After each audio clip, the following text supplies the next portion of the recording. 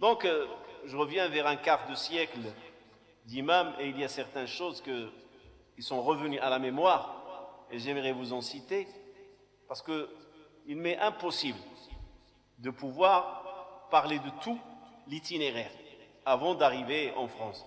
C'est surtout l'itinéraire de la jeunesse, de l'enfance, la jeunesse. Le Canada, je maîtrise beaucoup parce que c'est vraiment particulier. C'est vraiment le terrain, les pieds dans le plâtre, comme on dit. Par contre, l'itinéraire au Maroc, la jeunesse, l'école, le collège, le lycée, les parents, il n'y a pas une structure bien précise qui est en train de nous encadrer pour nous préparer.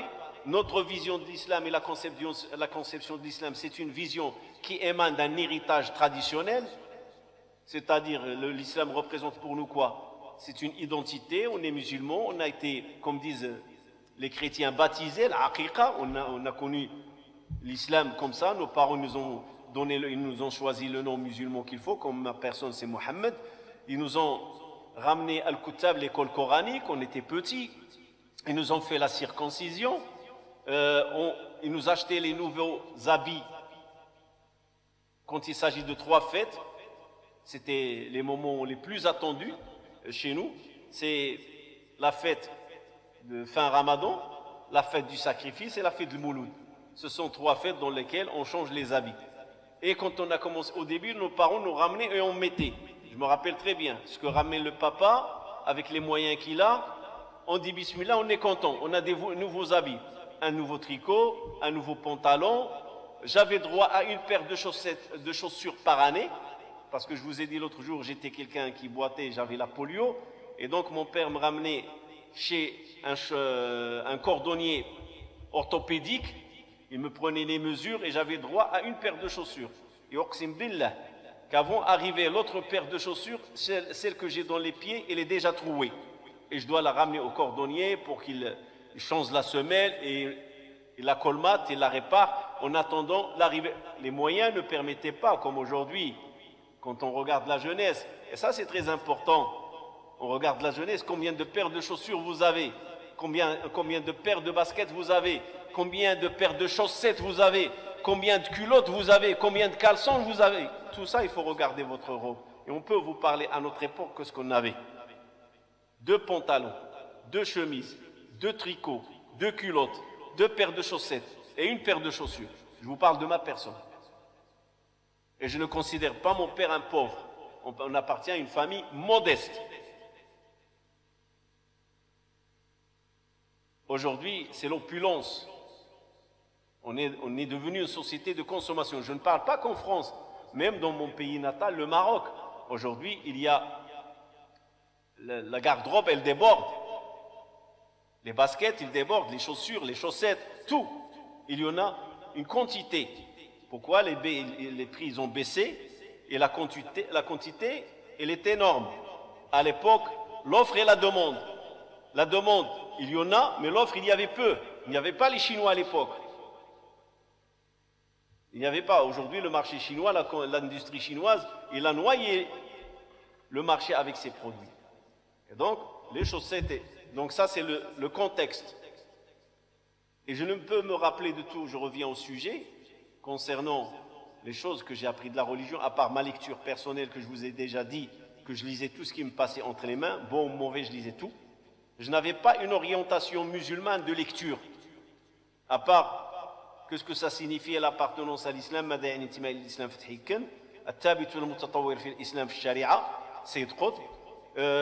j'ai lu Alf Lila ou Lila, j'ai lu Jumhuriyat Aflaton, j'ai lu des livres en français, je commence à m'intéresser à l'anglais, j'avais une qualité dans la lecture.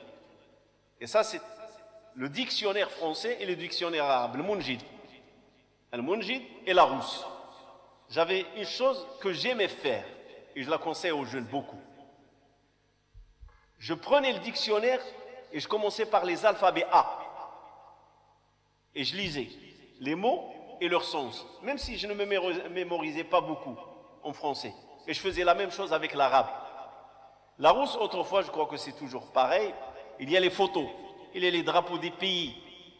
Et j'apprenais tout seul, parce que j'avais mes grands frères et sœurs qui avaient le dictionnaire Larousse, et on avait aussi Al-Munjid. Le Munjid, c'est un dictionnaire arabe. Et ça, c'est par curiosité personnelle. Je prenais le dictionnaire et je commençais à lire. J'avais même pas besoin qu'on me dise « cherche ». Et j'ai appris comment chercher. Étant donné que je connais les alphabets, donc j'ai compris qu'il y a, tout seul, j'ai appris qu'il y a un ordre dans la recherche. Tu cherches un mot selon l'ordre alphabétique, la lettre A. Et dans la lettre A, tu cherches aussi selon l'ordre alphabétique. La lettre qui contient A et A qui suit après, si ça existe. Puis B, puis C, et ainsi de suite. Donc ça m'a donné une structure. Et la même chose dans le Munjid. Huruf, Alif, Bata, Jim, Ha, Kha. Je cherchais de la même chose. Ça, c'est la curiosité personnelle. J'aimais la lecture et j'aimais la fouille dans les dictionnaires. Alors, quand j'ai commencé à fréquenter la mosquée, j'ai commencé à fréquenter les jeunes et j'ai commencé à sentir qu'il y a quelque chose qui s'appelle la da'wa au Maroc. Et nous, on était jeunes. Il y a les cassettes de Cheikh Kishk qui circulaient. C'est le seul Cheikh qui circulait. Les cassettes de Cheikh Kishk. Et on aimait le Cheikh Kishk. Il nous a beaucoup impacté, il nous a beaucoup influencé. Sa façon de parler, sa façon de prêcher, sa voix qui était attirante et qui perce les cœurs et les raisons.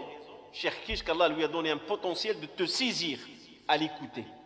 Et wallahi, je connais des gens qui étaient dans la police, ils savaient que c'était interdit de l'écouter, mais ils l'écoutaient en cachette. C'est quelqu'un il avait une façon de présenter l'islam, et là les choses commencent à changer. On commence à avoir un sens, qu'est-ce que ça veut dire l'islam? À part ces valeurs traditionnelles dans lesquelles on a grandi. Mais donc l'islam, il a un autre sens. Et là où le Cheikh Kishk nous a impacté beaucoup, c'est que l'audace de parler de la politique et parler des hommes politiques et parler de la critique dans la société. Il a parlé de Nawal Sha'rawi, il a parlé de Cheikh Sha'rawi lui-même, et il a critiqué Cheikh Khalil al-Husari. Et ça, c'est un bouleversement pour nous les jeunes. Et on aime ça. On aime les gens qui sont courageux. On aime les gens qui ont de l'audace à s'exprimer et n'ont pas peur. C'est la jeunesse. Parmi aussi les choses que j'aimerais bien soulever, que c'est les choses que je me suis rappelé, le rôle de l'école au niveau de la religion. Les écoles, ils ne nous enseignaient pas la mécréance, ou ce qu'on appelle aujourd'hui la laïcité. On ne connaissait pas ces choses-là. L'école, elle fait partie de la société. Malgré que c'est une école privée, où j'ai passé le CM2, je me rappelle, il y avait deux professeurs. Un, je ne sais pas, j'ai oublié, l'ibtidaï al-awwal, CM1, CE1, classe élémentaire 1. Je me rappelle de ce oustad, qu'il avait des mains très fortes et qu'il était méchant, il était dur. Mais c'était un bon prof. Il veillait sur notre éthique, sur notre comportement, mais il était carré. Et quand il parlait, il voit l'erreur, il répond avec sa main. Et quand il frappe avec sa main, et si jamais tu ne mets pas ta main avant que sa main t'arrive sur la joue, il laisse les doigts de la main sur la joue. C'est ça le côté méchant. S'il est vivant, qu'Allah lui accorde une bonne fin, et s'il est déjà mort, qu'Allah subhanahu wa ta'ala lui pardonne. On le craignait. Mais au niveau de l'enseignement, rien à lui reprocher. C'était un des meilleurs profs dans cette école. Et c'est un des meilleurs. Il nous enseignait la langue arabe. Tarbiya islamiyya, as-sarf. Il était un des meilleurs. Et il avait une qualité. C'est qu'il l'a fait 2 ou 3 fois, je ne me rappelle pas. Il nous apprenait à faire les ablutions et il nous apprenait à prier. De temps en temps, il le fait. Il nous fait sortir, il nous ramenait là où il y a les toilettes, il nous demandait d'aller aux toilettes, faire ce qu'on appelle les toilettes intimes listinja, et puis on sortait et il nous montrait comment faire les ablutions. Moi, je venais de l'école coranique, je venais de l'école frère, c'est ça là, donc je connais les ablutions. Mais wallah, j'ai vu des petits qui étaient avec nous dans la salle, et les parents ne leur ont pas enseigné. Mais il n'y a aucune reproche familiale. On n'a pas vu un parent qui est venu, pourquoi tu enseignes à mon fils les ablutions? Ou pourquoi tu enseignes à mon fils la prière? Aujourd'hui, dans certaines écoles, le prof ne peut plus faire ça. Au primaire, il ne peut plus faire ça parce qu'il ils vont lui dire, tu as débordé de ce qui a été donné comme référence et comme programme pour l'enseignement. Il peut être licencié, il peut avoir un avertissement, et on va lui dire de quoi tu te mêles. L'école n'est pas faite pour enseigner la religion. Sauf si c'est l'école qui a on va dire, une touche musulmane. Il y a des écoles, des crèches, les parents posent leurs enfants dans ces écoles, ou ils inscrivent leurs enfants plutôt dans ces écoles, dans ces crèches, parce qu'ils savent qu'ils veulent que l'enfant ait des valeurs de la religion musulmane. Mais à l'époque, le débat, il n'existait pas. Plusieurs choses aujourd'hui sont sujets polémiques, qu'autrefois, il n'y avait aucun débat, aucune polémique. Je vais vous donner un exemple. Nous, les Marocains, la composante de la population marocaine, je parle à l'époque, à Casablanca, tu as les soucis. Tu as les gens de ce qu'on appelle l'Aroubi. L'Aroubi, c'est les Arabes, et les Arabes qui viennent des villages, comme Stat, Bourchid, Kalash, Chaouia. On les appelle l'Aroubi. C'est comme ça qu'on les appelle. Et tu as les gens de Rif, et tu as les gens de Jbala, et tu as les gens de Sahara. Et croyez-moi, entre nous les jeunes, et dans les familles, et dans la rue, et dans les terrasses, tu peux entendre de toutes les blagues. Toutes les blagues. Un Aroubi, comme il parle d'un souci. Un souci, comme il parle d'un Aroubi ou d'un Fassi. Et ces blagues, ils passaient dans la société sans polémique, sans bagarre, sans insulte. Aujourd'hui, c'est devenu des critères, on va dire, ils vont te dire, tu es quelqu'un qui se moque du racisme. Aujourd'hui, ce sont devenus, avec les associations des droits de l'homme et le racisme, si tu prononces une blague de la sorte, on peut te poursuivre.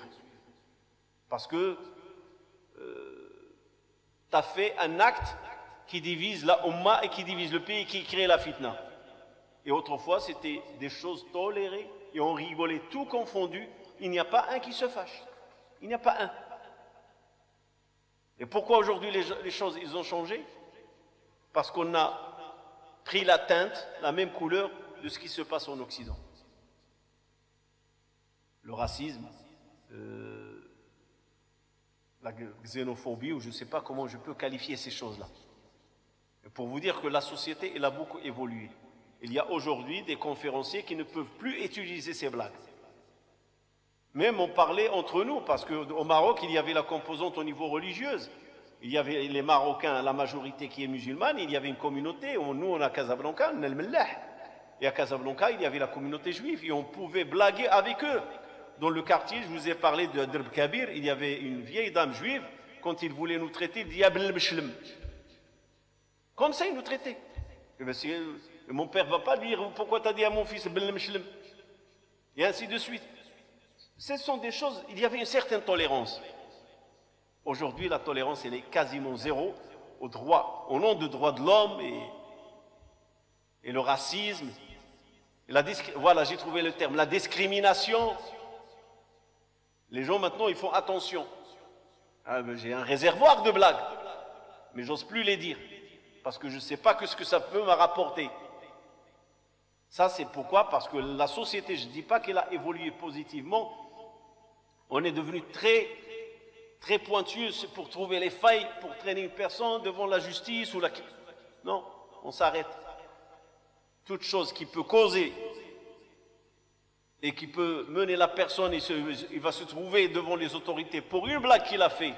Et ça va être considéré comme quoi une blague qui est discriminatoire ou qui ramène à la haine ou à la division. Non, non, non, on n'en fait pas. Et ça, moi je l'ai découvert quand je suis arrivé à l'Occident. Chez nous, ces choses-là n'existaient pas. Ça n'existait pas. Malheureusement. Donc, il y a une évolution. De l'école Bouchaïb Zmouri, il y avait je me rappelle de deux profs qui nous ont enseigné les ablutions et qui nous ont enseigné la prière. Il y avait ce monsieur-là et il y avait une femme qui nous a enseigné, une enseignante qui nous enseignait, et même une fois, je me rappelle, il faisait beau, il nous a ramenés à la terrasse de Bouchaïb Zmouri, il nous a fait monter les escaliers avec l'eau, il nous a montré, on s'est assis, et comment faire les ablutions, et il nous a expliqué la prière. Maintenant, venons à d'autres événements qui ont marqué mon passage au Maroc, mon pays natal. C'est quels sont les chirs qui nous ont impactés. Quels sont les chirs qui nous ont impactés. J'ai parlé de chirs qui ont courage de critiquer les politiques. Et il y a un deuxième chir. Au niveau local, là je vous parle, ça, Chirkis, il vient de l'extérieur. Alors, au niveau local, est-ce qu'au Maroc, il n'y avait pas des chirs? Il y en avait. Il y avait des chirs au niveau élevé, la famille Romari, les gens de science, de l'hadith, mais j'étais encore jeune pour les connaître. Restons dans les chirs qui se répandaient dans la masse publique, dans les quartiers populaires. Il y a deux chirs. Un, c'est un grand savant, rahmatullahi alayhi, il est mort l'année dernière, Cheikh Zouhal, Mohamed Zouhal. Il est de Sousse, du sud du Maroc, c'est ce qu'on appelle les Souassa. Sa formation, elle est l'école traditionnelle qui est une école solide dans la formation religieuse, parce qu'elle est basée sur l'apprentissage du Coran par cœur, sur le moutoun, les énoncés qui enseignent à l'enfant un certain âge, une mémoire. Un jeune, c'est un réservoir, comme Hassan Doudou, comme vous le voyez, son cerveau, c'est un réservoir d'énoncés concernant le Coran, la linguistique, la littérature, la rhétorique, le fiqh, tout ce que vous voulez. Ilm al-Moutoun. C'est une science dans laquelle on profite de la jeunesse de l'enfant et il apprend par cœur. Cheikh Zouhal, il a suivi ce cursus. Puis il a été désigné professeur d'arabe. Et puis je crois il est devenu contrôleur ou quelque chose, mufattish, inspecteur. Il s'est installé à Casablanca. Et il commence à prendre de la réputation et de la renommée. On était jeunes, on a entendu parler de lui. Il faisait ses discours de vendredi, Masjid Shuhada, la même mosquée dans laquelle il y avait Mustafa al-Gharbi. Mustafa al-Gharbi, il était connu pour les tarawih et les gens venaient de tout Casablanca pour l'écouter. C'était le début du phénomène. Chercher la bonne personne avec la belle voix et la bonne récitation, ça a commencé avec Mustafa al-Gharbi. Et puis il y a la mosquée d'Ain Diab qui a été construite par un roi saoudien. Il a mis aussi j'ai oublié le nom, un cheikh aussi qui avait une belle voix de récitation. Et durant le mois de Ramadan, les gens de la côte, ils allaient dans cette mosquée. Mais beaucoup venaient à Mustafa al-Gharbi, et Mustafa al-Gharbi, c'est l'esplanade de la mosquée qui est pleine. Et c'est le haut-parleur qui transmettait. Donc, Cheikh Zouhal, nous on était jeunes, on a aimé assister, à ces discours de vendredi. Il y a un discours qui m'a impacté, et très important, c'est beaucoup de jeunes l'ont retenu. C'est qu'à un certain moment, vu qu'il est réformiste, Cheikh Zouhal, il est connu du courant salafi. Mais salafi enseignant, salafi qui t'enseigne le cadre, parce que c'est un homme d'enseignement. Et tu le sens dans ses discours, quand il fait ses discours ou ses articles, quand il écrivait dans Majallat al-Furqan, tu lis à travers la lecture de Zouhal que c'est quelqu'un de réformiste et qui va avec douceur, malgré, parce que la tendance salafi, elle est connue pour la fermeté. Cheikh Zouhal, c'était une fermeté douce. Il était un enseignant. Alors, il y a un discours de vendredi qui a beaucoup marqué les jeunes de notre époque, parce que c'est le courage et l'audace. C'est quoi cette audace? C'est parce que le ministre des Habous, qu'on appelle Wizard, l'Awqaf, le ministre du culte, l'Awqaf, va imposer à un certain moment à Zouhal de se limiter au discours uni, le sermon uni. Ce discours de sermon uni, ça dépend des occasions au niveau national. Parfois, il y a une fête nationale. Parfois, il y a des événements où le ministre veut que tous les imams, durant leur vendredi, le prêche vendredi, qu'ils parlent du même sujet. Du même sujet. Et donc, il envoie ce qu'on appelle un sermon uni. D'ailleurs, il y en a qui veulent l'imposer ici en France pour les imams. Ils veulent importer la même chose et que les mosquées en France, surtout dans le cadre de la charte, que les mosquées s'imposent un discours et qu'il y a une instance qui fait les discours et les envoie 48 heures avant aux mosquées où ils les affichent dans leur site et ainsi les imams doivent aller chercher ce discours même s'ils ne sont pas convaincus, même s'ils ne sont pas en accord, ils doivent le prêcher, ils doivent le citer. Alors Cheikh Zouhal, qu'est-ce qu'il va faire? Cheikh Zouhal, il va prendre l'énoncé, ou plutôt le discours qu'il a reçu et qui est imposant. Et on t'a imposé de faire ce discours. Il dit pas de souci. Il monte sur le minbar et les gens sont là. Ils attendent Cheikh Zouhal dans ses discours parce que ces discours, ils étaient reliés à la réalité de la société. Et les gens aiment qu'on les attache à leur actualité. Les gens aiment qu'on leur parle de leur vivant. Et qu'est-ce qui en est? Surtout nous les jeunes. On aime que quelqu'un nous parle de ce qui se passe dans notre société. Et Zouhal avait cette qualité. Surtout quand il parlait, il le reliait avec l'aqida. Comme je vous ai dit, il est de courant salafi. Alors il va prendre ce discours qu'on lui a imposé, ou qu'on lui a dit, tu dois le faire, c'est mieux. Parce qu'ils ne disent pas c'est obligation, ils disent c'est recommandé de faire tel discours. Respecter le discours envoyé par la centrale qui est Wizard al-Awqaf. Il va prendre le discours. Et comme je vous ai dit, il est lui, Cheikh Zouhal, il avait une chose maintenant, ceux qui connaissent Cheikh Zouhal à la fin de vie, c'est pas comme ceux qui ont connu Cheikh Zouhal quand il avait 30 ans. Je vous parle, Cheikh Zouhal à l'époque, 70, c'est une trentaine d'années. Il est jeune. Je ne crois même pas qu'il avait la quarantaine. Et donc il y a le courage, il y a la bravoure, et il y a les racines, les origines. Cheikh Zouhal, il vient du sud du Maroc. Il est souci. Et Cheikh Zouhal, dans ses dorous, quand il veut aller vers le dialecte Darija, le dialecte marocain, il dérapait, il allait vers Chilha. Il n'avait pas encore la maîtrise de la dialecte marocaine. Darija, il ne la maîtrisait pas. Et ça nous faisait rire parce qu'il disait des mots Chilh. Mais les gens qui l'ont connu fin de vie, quand il a dépassé la soixantaine, Cheikh Zouhal, il s'est réconforté dans le Darija. Et il parlait bien la Darija dans ses dorous. Mais il faut le voir au début, quand il est venu et quand il s'est installé à Casablanca, il n'avait pas cette capacité de s'exprimer d'une façon continue en Darija. Il peut dire une phrase, deux, et puis il glisse. Ce qui est tout à fait normal parce qu'il ne connaissait que deux langues et il les maîtrisait. Il est du sud du Maroc, de Sousse, donc c'est un souci. Et la langue qu'il maîtrisait bien dans toutes ses règles, scientifiquement, académiquement, et il est carré dans sa tête, c'est la langue arabe. C'était un maître de la langue arabe, Cheikh Zouhal. Alors dans son discours de Minbar, je vous ramène, il va prendre le discours de Wizard al-Awqaf. Il va le critiquer de A à Z, ce discours. Il va le critiquer au niveau linguistique, grammaire, conjugaison, rhétorique. Il va scientifiquement, telle phrase, ça ne se dit pas comme ça. Il va citer l'Alfiyat ibn Malik, il faut le dire comme ça. Il a critiqué Wizard al-Awqaf, sûr et certain que la prochaine fois, ils ne vont pas lui envoyer, c'est ça ce qu'on s'est dit les jeunes, ils ne vont plus envoyer un discours pour... Il leur a dit, en moins, si vous nous imposez un discours, ben, qu'il soit bien fondé, bien écrit dans la langue arabe et dans les règles de la langue arabe. Et c'était honteux pour le ministre à l'époque, quand un maître comme Cheikh Zouhal, il commence à citer les erreurs une par une. Comme quoi, ça ne se dit pas comme ça se dit comme ça. Et puis, il va être interdit. Je crois qu'après ce discours, je crois que c'est là où ils vont lui interdire de prêcher. Et j'assistais dans un quartier qui est pas loin de Derb el-Kabir et de Shari' Mediouna qui s'appelle aujourd'hui Shari' Mohamed VI et Shari' El-Fida. Il y a un quartier qu'on appelle Derb el-Tolba. Il y avait une mosquée à l'étage, mais elle était petite, trentaine ou quarantaine de mètres carrés.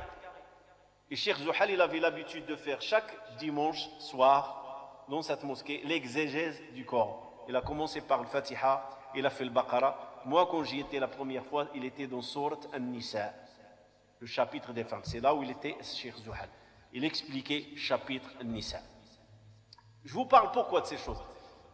Parce que ça fait partie de mon itinéraire. Ça fait partie de ma conception, comment j'étais et que ce que j'ai appris. Et j'ai là où je vois, parce qu'avec du recul, c'est vrai que la formation, quand j'étais petit au Maroc jusqu'à l'âge de 20 ans, c'est une formation traditionnelle comme un enfant du peuple. Mais il y a certains indices qui ont commencé à se dégager. Comme quoi je suis intéressé et attiré par le développement religieux.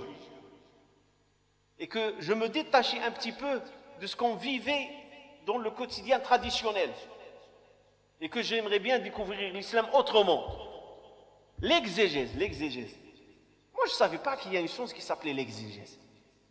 Nous, on lisait le Coran quand on était petit. Mais qu'est-ce que ça représente? La richesse derrière chaque verset, la richesse derrière chaque mot. Ça a commencé au Maroc. Mais ça va se renforcer quand je vais être au Canada et quand je vais être impliqué dans l'apprentissage, dans la formation et dans la préparation.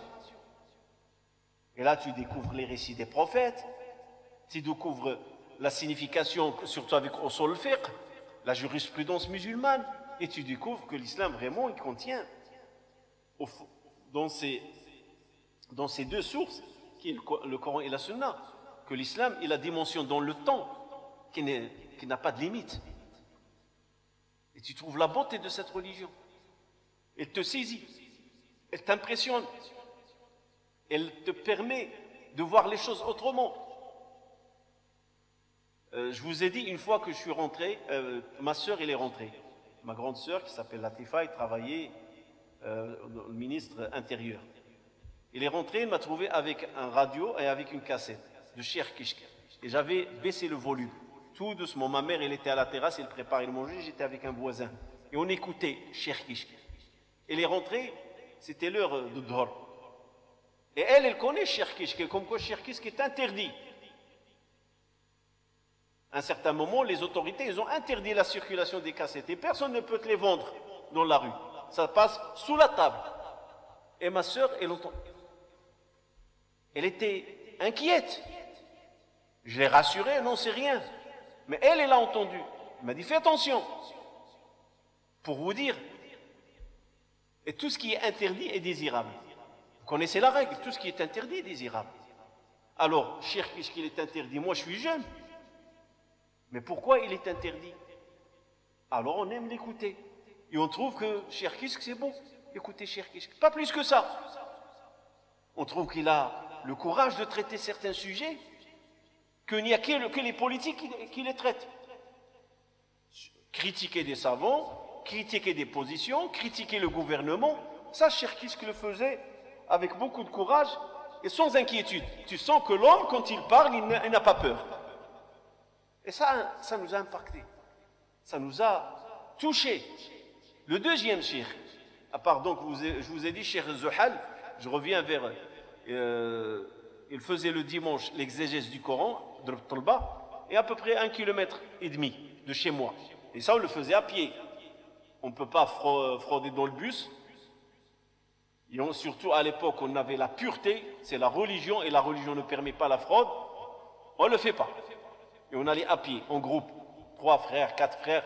Et si tu veux vraiment assister à Cheikh Zuhal, il faut venir avant le Maghrib et prendre la place dans la mosquée, une petite mosquée de 40 mètres carrés. Alors je me rappelle qu'on toujours on arrivait en retard. On n'a pas la notion du temps et la maîtrise du temps. On rigolait sur la route, on parlait, on discutait, 5, 6 frères comme ça, on marchait. Et quand on arrive, la mosquée est déjà pleine. Et on priait sur les escaliers. Nos places, c'était les escaliers, parce que c'était à l'étage. Et si tu trouves une place dans les escaliers, c'est déjà bien. Ça, 2 ou 3 fois, j'étais à ce cours de chapitre Nisa, c'était sur les escaliers. Même l'Isha, on l'a prié sur les escaliers. Il n'y a pas d'orientation d'Aqbla, ni rien du tout. Tu te prosternes sur le dos de celui qui est devant toi. Et toi, celui qui est derrière toi, il se prosterne sur ton dos, et ainsi de suite. Et on est content, on a écouté Cheikh Zuhal, mais sans la maîtrise de la pensée de Cheikh Zuhal. Mais nous, on était dans la vague. Il y a Cheikh Zuhal, on va écouter Cheikh Zuhal. Il y a un deuxième cheikh qui nous a aussi attirés.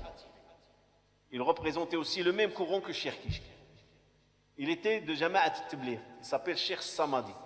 Je me rappelle pas, est-ce que c'est Mohamed Samadi, mais Cheikh Samadi. Je crois qu'il est de Khouribga ou de quelque chose comme ça, mais lui aussi, il était dans l'enseignement. Cheikh Samadi, on l'aimait parce que aussi, il représente une ligne dure. Il était des gens de Tabligh, mais il était dur dans son expression et dans ses positions. Alors, c'était l'occasion d'écouter, la première fois que je vais écouter un discours du vendredi. Le fils de Cheikh le frère Sissal, celui qui m'a enseigné le Coran, il s'appelle Abdelrahim. Actuellement, il est en Suède. Je ne sais pas s'il est vivant ou mort, c'est quelqu'un de ma famille. Mais Allahu a'lam. Alors il m'a dit, qu'est-ce que tu penses? C'était 10 heures du matin, il vient me chercher. On n'habitait pas loin l'un de l'autre. Il m'a dit, qu'est-ce que tu veux? Je lui dis, si on va voir aujourd'hui bloc Lalamriem, c'est comme ça qu'on l'appelle, quartier Lalamriem, ils vont inaugurer une nouvelle mosquée et celui qui va faire le discours, c'est Cheikh Samadi. Et on dit, on y va. À 10 heures, on est parti. Il y a à peu près 5 kilomètres. On l'a fait à pied, aller-retour, à pied. On était au discours et je me rappelle de la chose qui m'a touché dans ce discours. Quand on est jeune, le cheikh c'est un modèle. On n'a pas le discernement. Là je vous parle, c'est 15 à 17 ans. On n'a pas de discernement. Cheikh il a dit, point à la ligne. On n'est pas dans une école où on n'est pas dans la capacité ou la dimension de faire une critique sur ce qu'il a dit le cheikh. On ne connaît rien. On connaît le Coran, certains hadiths, et on n'a pas la notion de la science, de la jurisprudence. Alors il a fait sa khutbah sur les mérites de la mosquée, parce que c'est une nouvelle mosquée, ce qui est tout à fait raisonnable, ou ça a du sens. C'est une nouvelle mosquée, le rôle de la mosquée, je me rappelle, c'est sur ce sujet qu'il a tourné, et qu'il a parlé, le rôle de la mosquée, l'impact de la mosquée dans le quartier. Il a traité ce sujet-là. Et quand il a fini son discours, il est arrivé à la phase de faire dua. Dua, toujours au Maroc, il commence par faire le dua au prince des croyants. À l'époque, c'était Hassan II, aujourd'hui c'est Mohammed VI, Mohammed Sadis. Donc il a fait les invocations pour Hassan II. Et puis il est arrivé à la phase, il a dit, avant de passer aux invocations, il a cité le propriétaire de la mosquée. Il a dit, votre frère qui a construit la mosquée, je vous traduis approximativement de ce que je me rappelle, il vous demande, c'est comme si le frère il a déposé une facture, il veut que vous le payiez. C'est comme ça qu'il a traité la question. Que ce monsieur qui a construit cette mosquée de son propre argent, et fi sabilillah, aujourd'hui, il vous demande la paye. Il faut le payer. Et comment il faut le payer? Invoquer Allah pour lui. C'est-à-dire, Cheikh Samadi n'a pas apprécié, rahmatullahi alayhi, que cette personne qui a construit la mosquée dit au cheikh, parce qu'il l'a vu avant le Jumu'ah, on lui a présenté ce monsieur-là, sûr et certain du moment qu'il a parlé de lui, et donc, ce monsieur, il l'a accueilli et il a dit à Cheikh Samadi, dir li ya shid, wallah yajazik bi khair. Allah yataqabbal minna hada al-amal, par exemple, qu'Allah accepte cette œuvre qu'on a fait pour lui. Cheikh Samadi n'a pas apprécié, il était dur. Il a humilié la personne. Et ce n'est pas une bonne stratégie. Parce que quand quelqu'un fait fi sabilillah, je suis d'accord avec toi. En islam, maintenant, avec du recul, nous, quand on était jeunes, on a écouté Samadi. Oui, il a raison. Quand tu fais pour Allah, tu ne dois pas le dire. Tu dois le garder. Tu dois te taire. Pourquoi? Parce qu'on est les sympathisants. On va répéter la même chose que le cheikh. Et de plus, ce n'est pas qu'on est des sympathisants. Et de plus, on n'a pas la science. On ne peut pas le remettre en question. Lui, c'est un cheikh. Nous, on était des petits, on le connaît, jeunes, pas petits, on était des jeunes, des adolescents. Et je n'ai pas la capacité de dire il a mal fait. Pour moi, ce qu'il dit cheikh sur le minbar, c'est la vérité absolue, point à la ligne. Mais c'est après, dans le cursus du Canada, et quand les choses vont être encadrées et structurées, et ce n'est pas de l'euphorie, c'est la raison. Avec du recul, tu révises pas mal de positions, surtout celles que je vous ai dit, le jeune, quand il m'a dit, ou celui qui nous enseignait, il m'a dit, il n'y a pas de tourisme en islam. Le tourisme du musulman, c'est le djihad. La siyahata fi ummati, la siyahata fi l'islam, siyahata ummati le djihad. Ça m'a fait peur. Je n'avais pas le discernement. Alors j'ai fait quoi? J'ai pris du recul. Et j'ai quitté cette mosquée pendant je ne sais pas combien de temps. Je n'ai pas mis les pieds, il m'a fait peur. Surtout avec l'histoire de mon frère qui a été condamné. Donc, je reviens à Cheikh Samadi. Un cheikh qui parle, qui dit, je prends la position. Ça me paraît logique. T'as fait pour Allah. Et akhlas, minnak rabbi, entre toi et Allah subhanahu wa ta'ala.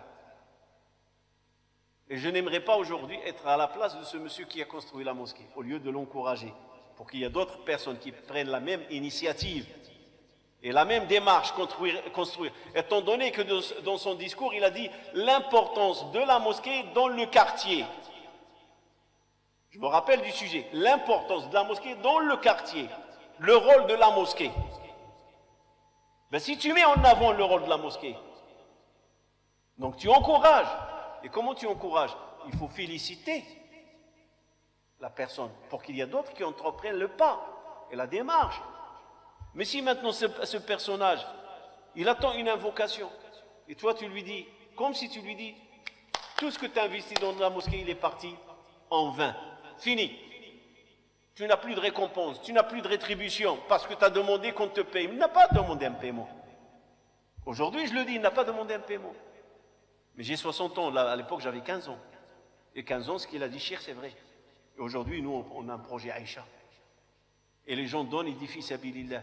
Celui qui donne 5 euros, celui qui donne 1000 euros, celui qui donne 5000, celui qui donne plus. Et tous, ils te disent, Akhi, il y en a qui te disent, c'est entre moi et Allah. Je ne veux pas dire. Et il y en a d'autres qui disent, Akhi, da'out al-khair. Ou quelqu'un va te dire, ma femme est malade.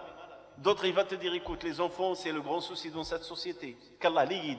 Tu vas lui dire, tiens, prends ton argent parce que tu demandes une facture. Et pas une facture fiscale, non. Une facture dans le sens que tu m'as donné, je dois te faire des invocations. Non. Non, ce n'est pas comme ça. Voilà un peu le milieu des choses qui nous ont impacté dans la jeunesse. J'ai cité Cheikh Mohamed Zouhal et j'ai cité Cheikh Mohamed Samadi, si je ne me trompe pas. Samadi, je suis sûr et certain. Mohamed, j'ai le doute. Subhana rabbika rabbil izzati amma yasifun wa salamun al mursalin walhamdulillah rabbil alamin.